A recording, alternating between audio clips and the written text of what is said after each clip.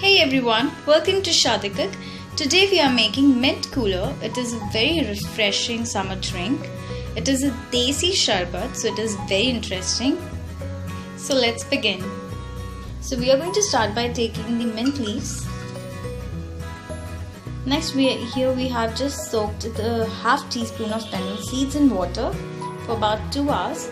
It gives a very nice flavor to the drink and it is also healthy. So let's add in the fennel seeds.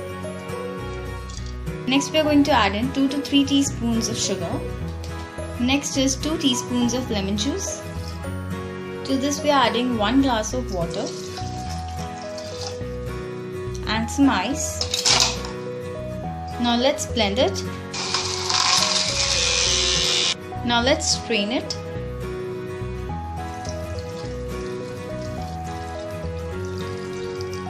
Now let's serve it. We are going to first put in the mint leaves like this and now pour in the drink.